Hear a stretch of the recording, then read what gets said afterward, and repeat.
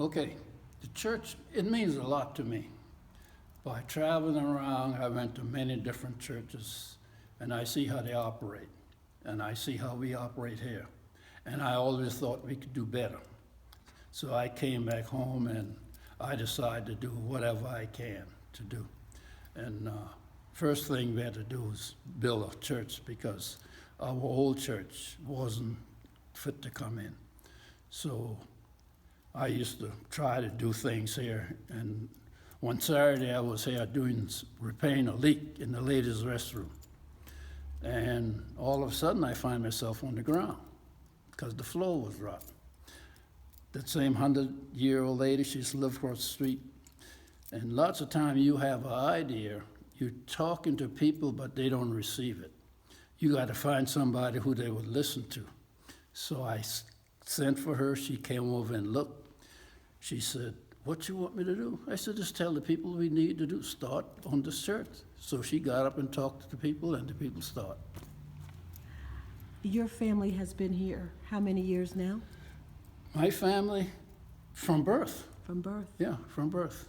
So that's certainly 90 years, but Yeah, your mom my, and dad? My great-grandfather was one of the original person in the church. Your great-grandfather? Great-grandfather. What was his name? His name was Cecil Lloyd. Mr. Cecil Lloyd. Cecil Lloyd. And now, here it is, as you are preparing to celebrate 9 decades. Yeah. Mhm. Mount Olivet has played such a huge role in your foundation as a young man in your family life, growing up. It's just an amazing story, an amazing legacy. And we know you have another 90 years to live, Mr. Wright. What do you want your legacy to be? Well, I want it to be that I was a person that will always try. I don't say no, and I don't like people to tell me no. No, I want everybody to try at least. So that's what I would like to be. And I think I said earlier that for Rantoul community, because those old people in Rantoul really give me good encouragement.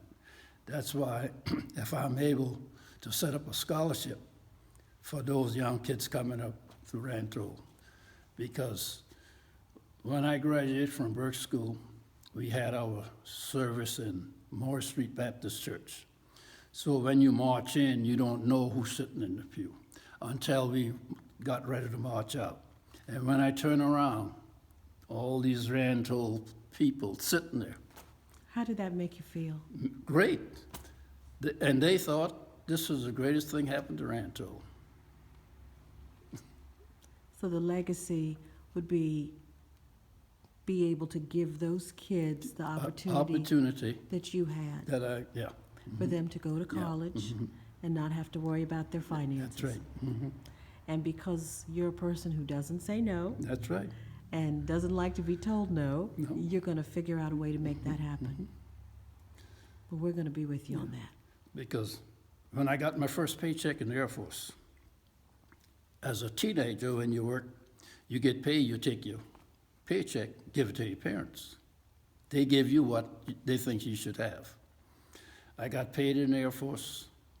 It was a month and a half before I got my first paycheck. My pay for that month and a half was $100.